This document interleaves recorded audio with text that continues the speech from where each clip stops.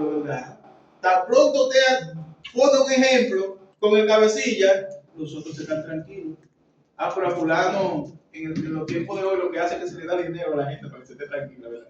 Pero en esos tiempos no. A fulano lo aquietaron.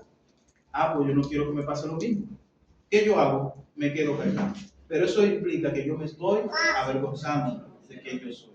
Yo me estoy avergonzando del Evangelio. Y Pablo le está comunicando a Timoteo que no tenga miedo y que se involucre. O sea, Pablo se veía a sí mismo no como un preso del imperio, sino como un preso del Señor. Él sabía que él estaba allí por causa del Señor. Como decíamos, ¿verdad? Él no estaba amargado allí en aquel lugar.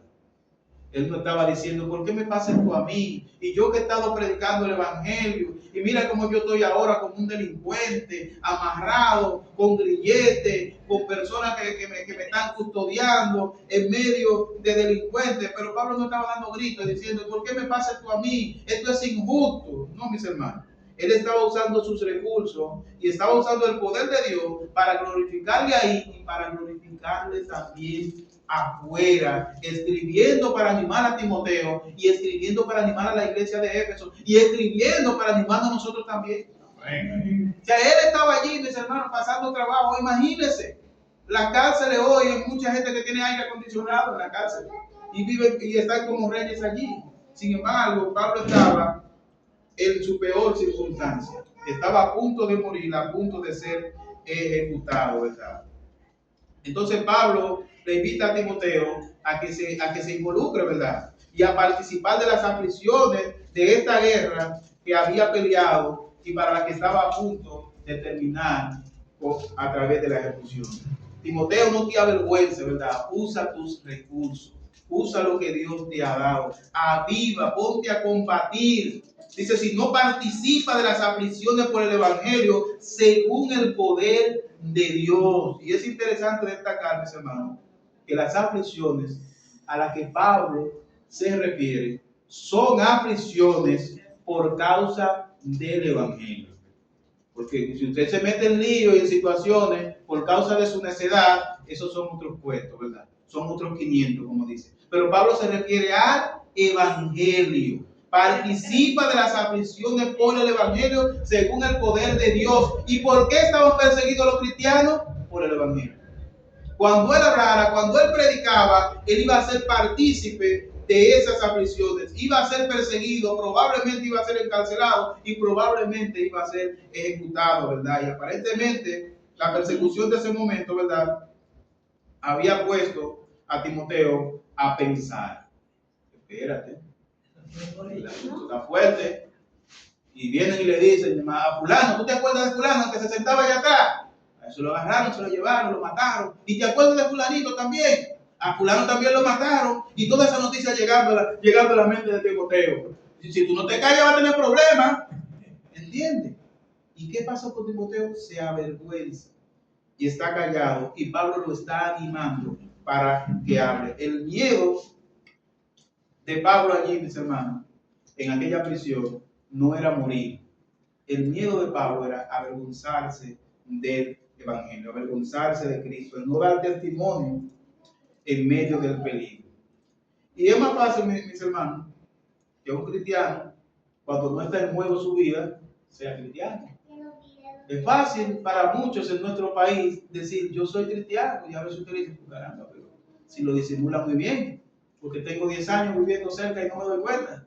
Entonces usted se encuentra con personas así, que son cristianos, todo nuestro entorno. Sin embargo, esas personas no muestran a Cristo en sus acciones, ¿verdad? ¿Sabe qué? Que cuando llega la persecución, esos son los primeros que van a ser perseguidos. No, ellos no van a ser perseguidos. A echar para atrás, porque no son nada, ¿verdad? Te van a decir, no, yo no lo conozco. Entonces, según el poder de Dios, mis hermanos, probablemente tus aflicciones no sean como la de Pablo, tus aflicciones como creyente no sean como la de Timoteo, pero el poder que capacita, ¿verdad?, nos capacita en medio de las aflicciones es el mismo. El mismo Espíritu Santo que lo capacitó a ellos es el mismo Espíritu Santo que nos capacita a nosotros para estar fortalecidos en medio de las aflicción. Ahora, usted dirá, pero yo no logro identificarme con Pablo, porque Pablo está preso allí en una cárcel y yo no estoy en una cárcel, yo ando libre. Bueno, hay áreas en las que nosotros podemos identificarnos con Pablo. Si usted va conmigo a Filipenses, capítulo 4, versículo 12 al 13, dice la escritura allí: sé vivir humildemente y sé tener abundancia.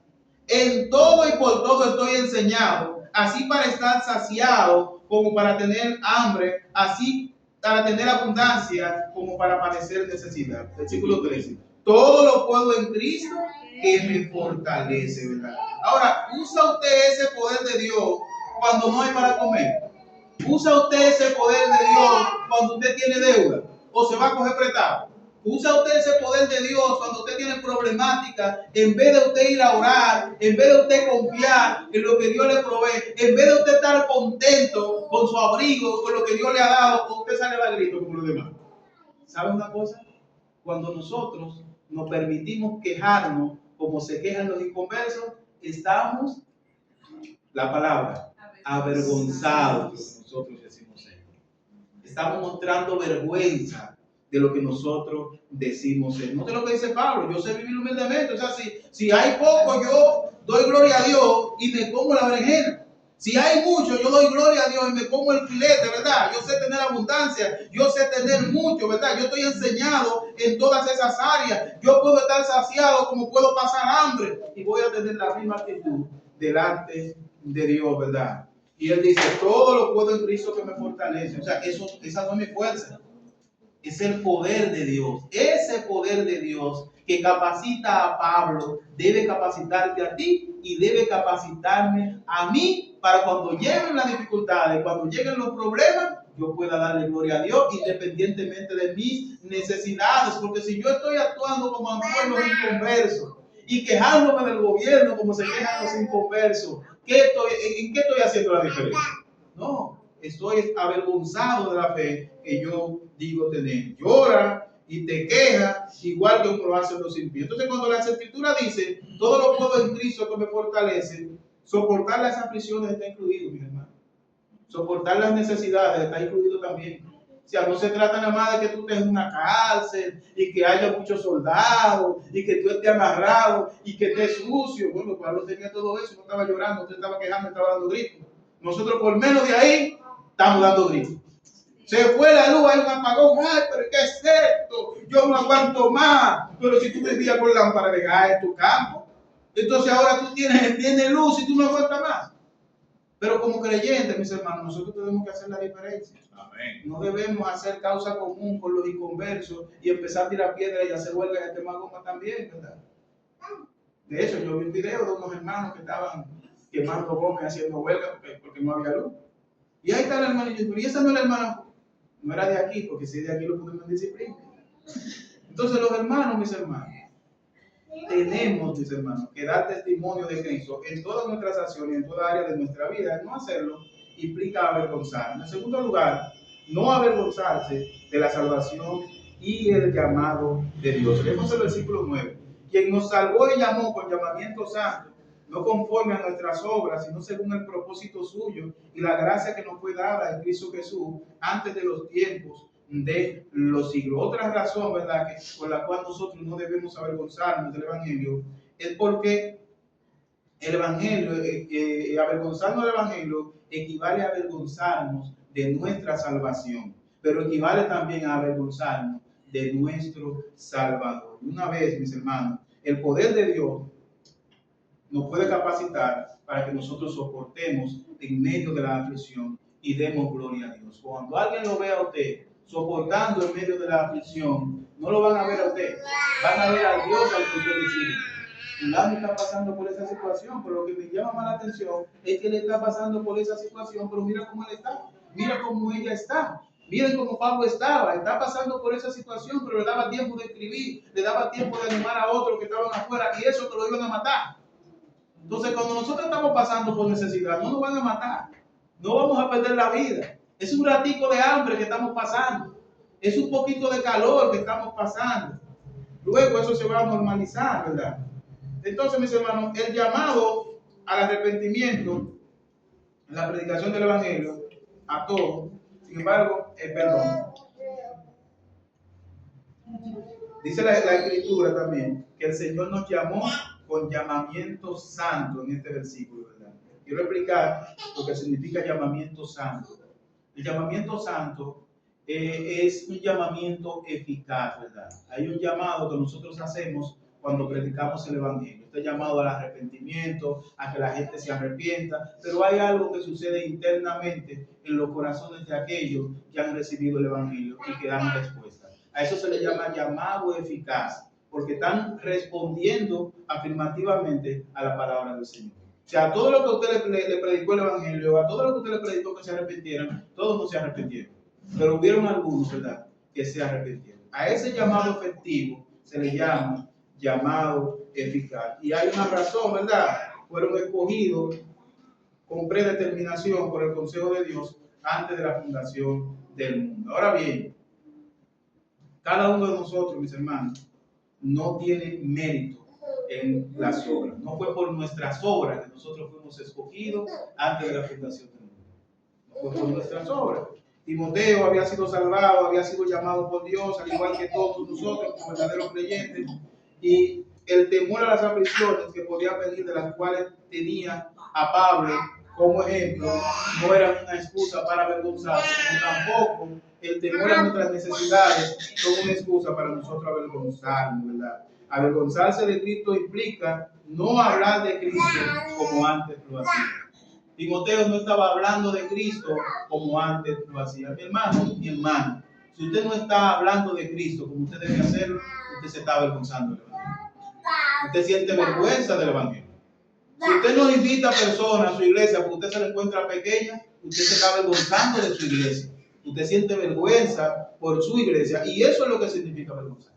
No quiero que otros tengan relación con mi casa, porque como está mi casa, yo no quiero que la vean. No quiero que otros tengan relación con la vida que yo llevo, porque yo no quiero identificarme con esa vida, porque yo realmente creo eso que yo predico. Me estoy avergonzando de esa fe, ¿verdad? Y implica que nos avergonzamos de nuestra elección también. Fuimos escogidos, fuimos salvados y fuimos llamados, ¿verdad? No por nuestras obras, dice el versículo, sino según el propósito suyo y la gracia que nos fue dada en Cristo Jesús antes de los tiempos de los siglos, en la eternidad pasada. Y allí fuimos escogidos. Y cuando usted se avergüenza, cuando usted no habla de Cristo, cuando usted no comparte el Evangelio, usted se está avergonzando de su elección, usted se está avergonzando de su llamado, usted se está avergonzando de su salvación, usted se está avergonzando de su Salvador. Porque de lo que usted desea que la gente sepa usted habla. Usted se compra una camisa nueva y a usted le gusta y usted sale con ella así para que los piropen y para que la vean, ¿verdad? Porque usted no se avergüenza de esa camisa nueva. Entonces, si nos avergonzamos del Evangelio, entonces no lo compartimos. Entonces, eso es lo que básicamente Pablo está animando a Timoteo que lo haga.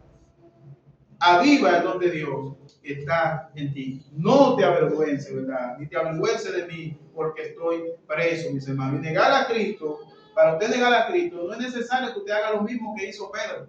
O sea, no es necesario que usted llegue a Cristo de la manera que Pedro lo hizo. Pedro, en el capítulo 26 de Mateo 69 al 75, allí nosotros vemos la negación de Pedro. Dice la escritura allí. Pedro estaba sentado fuera en el patio y se le acercó una criada diciendo: tú también estabas con Jesús el Galileo.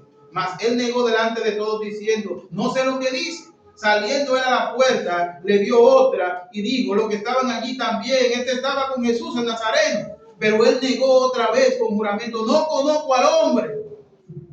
Un poco después, acercándose a los que por allí estaban, dijeron a Pedro: verdaderamente también tú eres uno de ellos, porque aún tu manera de hablar te descubre. Entonces él comenzó a maldecir y a jurar: no conozco al hombre, y enseguida cantó el gallo. Entonces Pedro se acordó de las palabras de Jesús que le había dicho antes, que antes de que cante el gallo, negará 3 veces, y saliendo fuera, lloró amargamente. O sea, usted no tiene que negar a Jesús de esa manera. Usted lo puede negar cuando usted no comparte el Evangelio. Usted lo puede negar cuando usted no da testimonio con su fe, con su vida. Estamos negando a ese Señor al cual nosotros decimos servir. Y Pedro, al igual que Timoteo, en este contexto, ¿verdad?, tenía miedo que le pasara lo mismo que le iba a pasar a Timoteo. O sea, él estaba en el patio del sumo sacerdote Jesús estaba siendo entregado allí y él sabía que posteriormente Jesús iba a ser ejecutado. Y que si él se identificaba con Jesús, probablemente él también iba a ser ejecutado. Lo mismo que le pasaba a Timoteo. Si Timoteo hablaba, predicaba, se identificaba con Pablo, probablemente iba a ser arrestado, iba a ser ejecutado también. ¿Y qué era lo que impedía que ellos abrieran la boca? ¿Qué era lo que impedía que se identificaran con Cristo? Su temor, su vergüenza, ¿verdad? Yo no conozco al hombre. Y dijo varias malas palabras ahí, maldigo y dijo de todo. Yo no lo conozco. Si es dominicano, imagínense todo lo que había dicho. O sea, Pedro se avergonzó en ese momento de Cristo. Pedro tuvo miedo de terminar como Cristo, preso y ejecutado. Entonces nos avergonzamos de compartir nuestra fe porque tenemos miedo de ser rechazados. Tenemos miedo de lo que la gente va a decir. Como me dijo alguien una vez, pero yo creía que tú eras más inteligente. O sea, a veces la gente tiene miedo de que le digan bruto, de que le digan que tiene la mente cerrada, ¿verdad? Porque para algunas personas nosotros tenemos la mente cerrada. Nosotros no calculamos, nosotros estamos locos. Pero dice la Escritura que las cosas del Espíritu se han de discernir espiritualmente y que para el hombre natural son locura. Es verdad que es una locura para él, porque no pueden discernirlo espiritualmente. Ahora, quienes lo discernimos tenemos que expresarlo. Quienes lo discernimos tenemos que compartirlo. Y Jesús le había dicho en Juan a sus discípulos que ellos iban a ser odiados por el mundo. Nosotros no podemos buscar aplauso en el mundo, porque nosotros no somos del mundo. El mundo nos odia, el mundo nos va a rechazar. Si usted va a Juan 15, en el versículo 18, Jesús le dice a sus discípulos, si el mundo os aborrece, y esa palabra aborrecer significa odiar, sabed que a mí me odiaron antes que a ustedes. Si fueres del mundo, el mundo amaría lo suyo, pero porque soy del mundo, antes yo os elegí del mundo, por eso el mundo os aborrece. Acordaos de la palabra que yo os he dicho, el siervo no es mayor que su Señor. Si a mí me han perseguido, también a vosotros perseguirán. Si han guardado mi palabra, también guardarán la vuestra. Mas todo esto os harán por causa de mi nombre, porque no conocen al que me ha enviado, ¿verdad? ¿Para qué el mundo está preparado? Para rechazarlo. Y no rechazaron a Cristo cuando vino. No lo ejecutaron cuando vino. ¿Y qué usted espera que hagan con usted? Ahora, si usted no quiere que hagan lo mismo con usted, usted se va a callar. Y el quedarse callado equivale a avergonzarse del Evangelio. El Evangelio, mis hermanos, que el mundo aplaude, sencillamente no es Evangelio. Cuando una persona que es inconversa, que es impío, le dice, a mí me encanta esa iglesia, tenga cuidado. Cuando usted anda con una persona y con la que usted converge y todo le va bien y esa persona es impío, tenga cuidado. Porque de alguna manera la luz suya no está alumbrando a esa persona porque no le está molestando, no le está ofendiendo. El Evangelio ofende. El Evangelio lo va a ofender. Y si usted vive 24 horas al lado de un Evangelio y usted no es cristiano, va a llegar un momento en que usted se va a ofender. Porque esta gente, todo lo de ellos es exclusivo y para ellos los únicos salvos son ellos y todo es pecado y todo está mal, pero esto lo hace fulano y esto lo hace todo el mundo. O sea, de alguna manera se van a ofender porque no lo conoce, no conoció al Señor y como no conoce al Señor, tampoco lo conoce a usted. Dice la Escritura, andarían dos juntos si no estuviesen de acuerdo. Pero mi mejor amigo es un impío. Pero yo tengo que revisarme. Si mi mejor amigo es un impío, yo tengo que revisarme. Ahora, yo no puedo tener amigos que no sean que sean inconversos. Claro que sí. Pero la razón por la cual yo me relaciono con esa persona es para mostrarle el Evangelio. Porque esa persona no puede ser mi consejero. El consejero de esa persona tengo que ser yo. Porque el que está en luz soy yo. Entonces, la naturaleza del Evangelio, mis hermanos, es el rechazo del mundo. No hay una manera más honesta de demostrar vergüenza hacia el Evangelio que pretender quitar la vergüenza del Evangelio. El Evangelio nos dice a nosotros lo que nosotros no queremos oír. El Evangelio nos dice que somos orgullosos. El Evangelio nos dice, mire, usted no está tratando bien a su esposa, usted no está tratando bien a su esposa. Es de esta manera que tiene que tratar. O sea, el Evangelio nos ofende nuestro orgullo, ofende nuestro ego y pretender predicar el Evangelio sin ofender el orgullo del hombre, eso es un disparate. Esa es una muestra de avergonzarnos de nuestra elección, de avergonzarnos de nuestra salvación y de avergonzarnos de nuestro llamado. Recordemos la palabra de Jesús en Juan 15. Si fuerais del mundo, el mundo amaría lo suyo. Pero porque no soy del mundo, antes yo os elegí del mundo, por eso el mundo los aborrece. El mundo lo odia. Pero yo quiero empatizar con el mundo. Yo quiero encajar en el mundo. Yo no voy a ser un cristiano cuadrado. Yo tengo que ser un cristiano chévere, un cristiano chéverón, y celebrar los chistes colorados, y celebrar todo lo que está malo. Eso no es nada, porque yo tengo que encajar con el mundo, ¿verdad? Entonces tiene que revisar. Tiene que revisar, porque dice la Biblia que no se toma una luz y se pone debajo de una luz, sino que se coloca en el candelero para que alumbre a todos los que están en casa. Y si tú no estás alumbrando a esa persona, entonces la luz tuya está oculta si es que tú la tienes. Y si la tienes y no estás alumbrando, entonces te estás avergonzando del Evangelio. Ese es otro ejemplo de avergonzarse del Evangelio, mis hermanos. El mundo nos odia, ¿verdad? Porque no somos del mundo.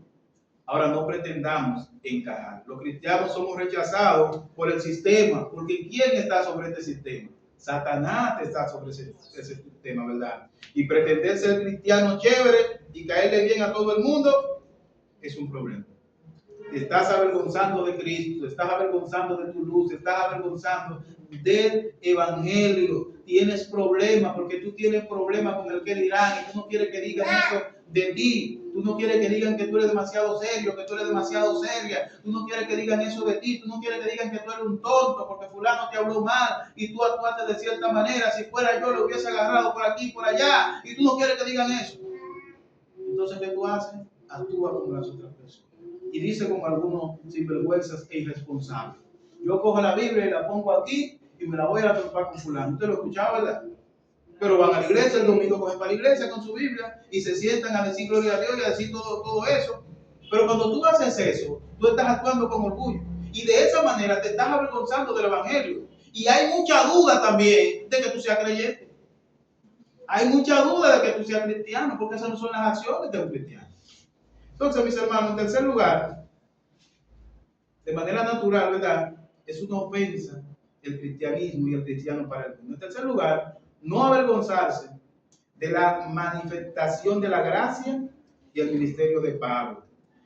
Dice el versículo 10, pero ahora ha sido manifestada por la aparición de nuestro Señor, Salvador Jesucristo, el cual quitó la muerte y sacó a la luz la vida y la inmortalidad por el Evangelio, del cual yo fui constituido predicador, apóstol y maestro de los gentiles. O sea, la manifestación de esa gracia, como bien sabemos, es Cristo. La personificación de la gracia a nuestro favor es Cristo, ¿verdad? Entonces la palabra aparición, apareció, ¿verdad? Se manifestó. Esta palabra aparición suele referirse a la segunda venida de Cristo, pero en este contexto se refiere a la primera venida de Cristo. Dicho de otra manera, Cristo en su primera venida constituyó la manifestación de esa gracia que antes estaba oculta en el Antiguo Testamento, ¿verdad? Dice la Escritura, esa gracia que nos fue dada desde los siglos, no se veía ese misterio, ¿verdad?, de la encarnación, pero cuando Cristo es encarnado, entonces esa gracia es manifestada en Cristo. Y cuando la Escritura dice, el cual quitó la muerte, no está diciendo que la gente se dejaron de morir. No, lo que está diciendo la Escritura no es una referencia a la desaparición de la muerte como tal. La idea es que para los creyentes, la muerte no es una amenaza. Si a Cristo con su manifestación, Él venció la muerte en la cruz del Calvario. Y para nosotros la muerte no es un problema. Era un problema para Timoteo. ¿Por qué era que Timoteo no quería predicar? Porque tenía miedo a la muerte. ¿Por qué era que Pedro no quería identificarse con Jesús? Porque tenía miedo a la muerte, ¿verdad? Entonces para nosotros la muerte no es un problema. Cristo quitó el poder que la muerte tenía, ¿verdad? Y para los creyentes, ¿verdad? No es un temor el ser ejecutado. Y vemos a Pablo como ejemplo. Me van a matar, pero a mí qué me importa. Cuando me maten, yo voy a ir a un lugar de paz. Amén. O sea, lo menos que le importaba a Pablo era que lo mataban. El problema y la preocupación de Pablo era Timoteo. Timoteo, ponte en eso, Timoteo. O sea, no era que me van a matar. No, el problema de Pablo era que Timoteo avivara el don que tenía en él y predicara la palabra del Señor, mis hermanos. La muerte no debe ser un problema para ti. Si tú eres creyente, si tú naciste de nuevo, el que te maten por ser cristiano no debe ser un problema para ti, ¿verdad? Y por medio de Cristo, mis hermanos, nosotros tenemos victoria sobre la muerte. Dice 1 Corintios, capítulo 15, versículos 55 al 57. ¿Dónde está, oh muerte, tu aguijón? ¿Dónde, oh sepulcro, tu victoria, verdad? Ya que el aguijón de la muerte es el pecado y el poder del pecado la ley. Mas gracias sean dadas a Dios que nos da la victoria por medio de nuestro Señor Jesucristo. Cristo venció la cruz del Calvario.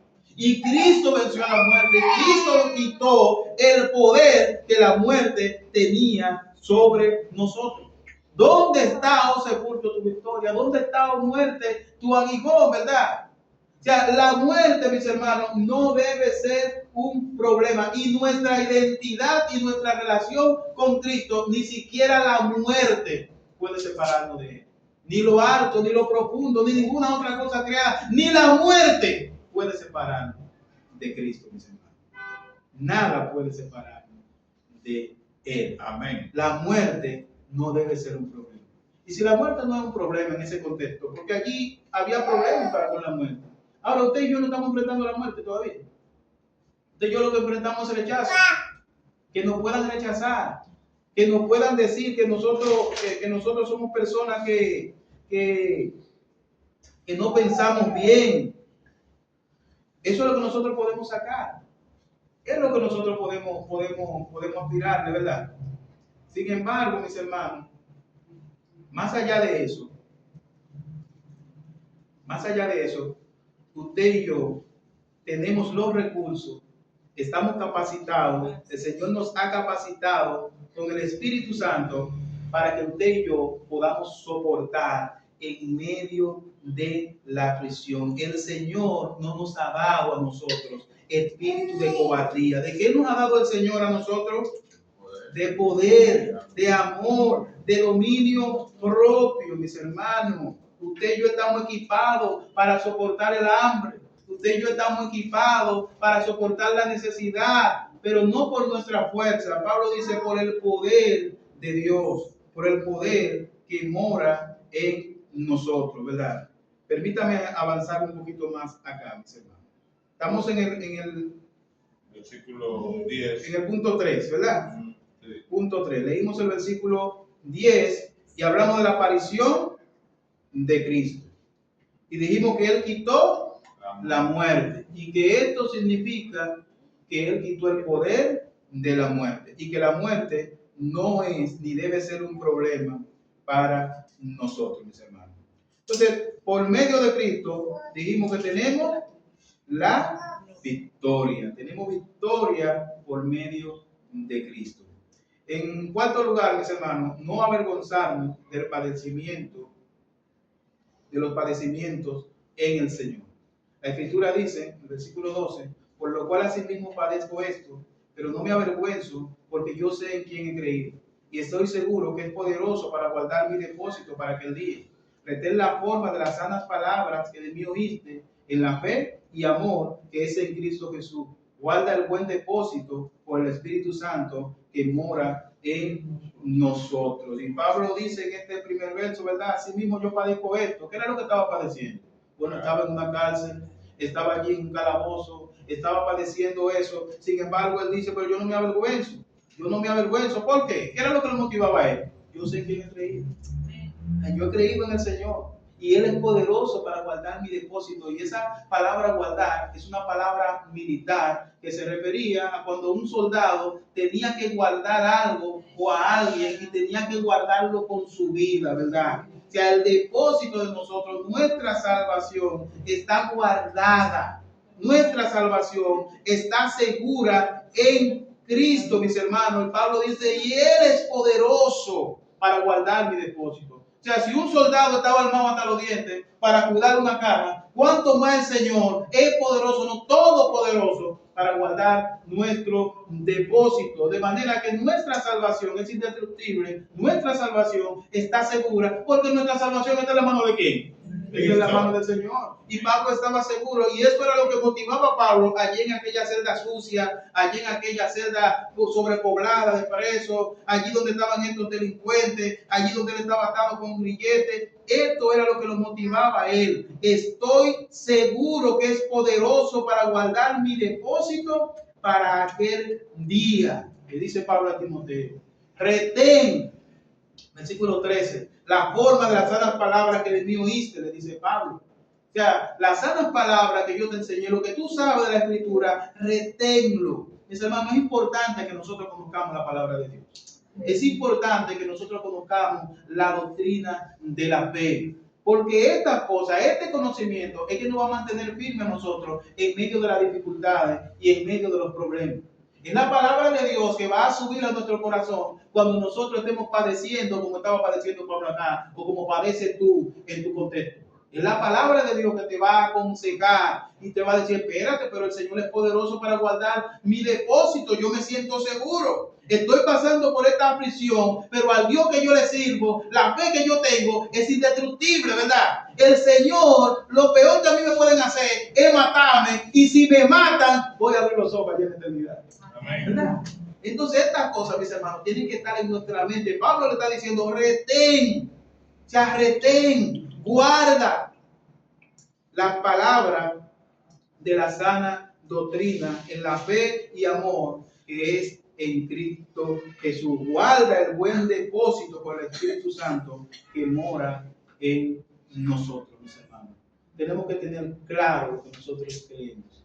Porque si tú no tienes claro lo que tú crees, si tú no estás consciente de en quién tú has creído, me encanta que Pablo dice, yo sé en quién he creído. Amén. Y me imagino que los otros presos miraban a este hombre ahí y decían, pero nosotros hemos matado a muchísima gente, pero este hombre no ha hecho gran cosa. Y mira cómo este hombre está tranquilo ahí con nosotros, incluso predicando. ¿Y qué era lo que lo movía? Yo sé en quién he creído. ¿Se estaba avergonzando Pablo del Evangelio?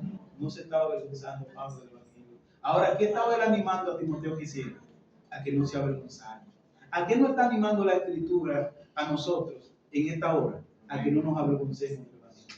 A que compartamos nuestra fe. A que cuando salgamos por ahí, ¿verdad? No escondamos la Biblia para que no la vean. Un decir, ¿verdad?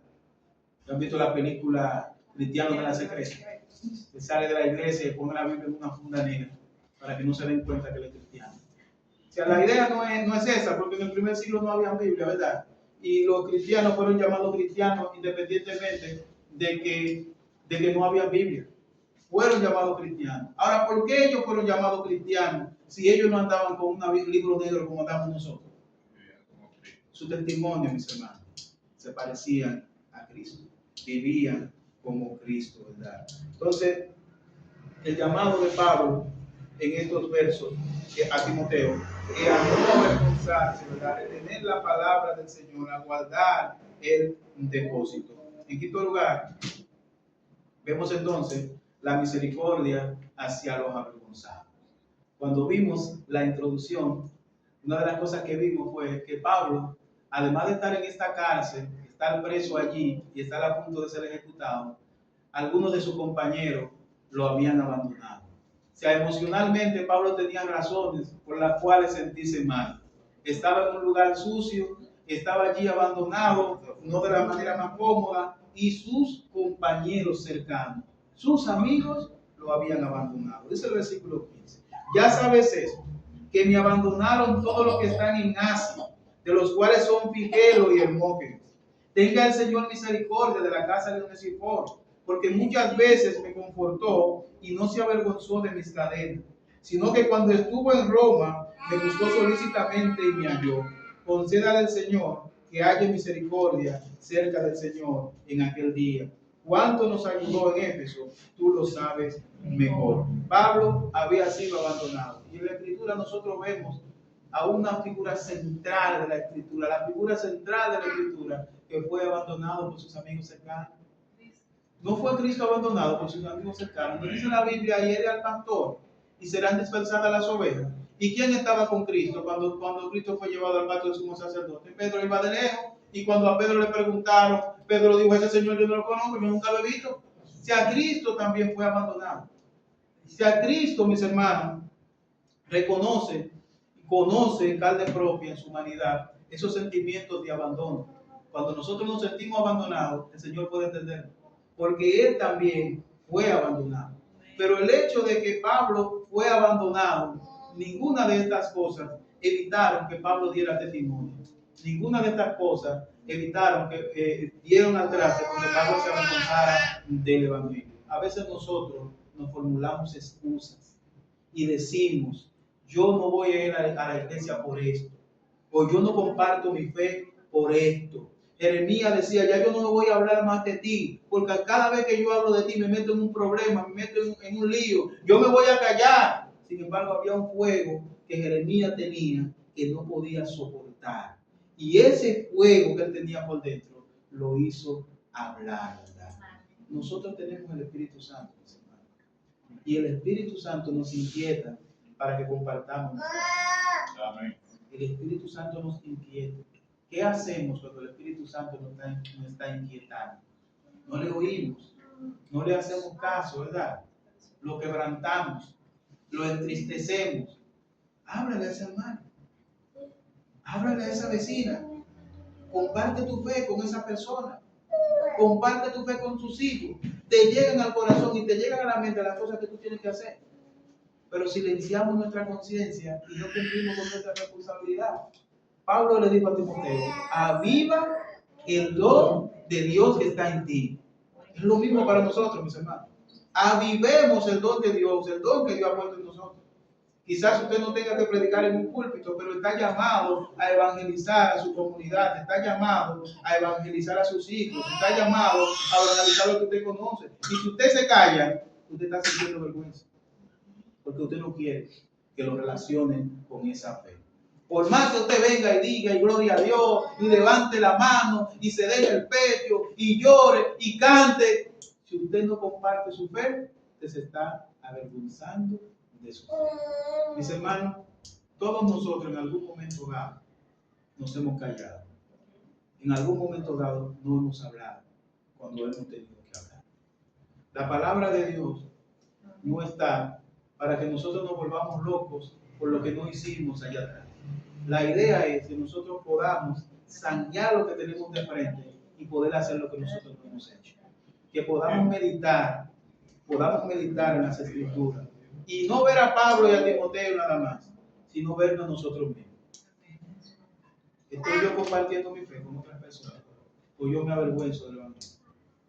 La palabra de Dios en Romanos, capítulo 1, me parece que el versículo 8, vamos a ir allá. Romanos capítulo 1, versículo 8. La Biblia es nueva.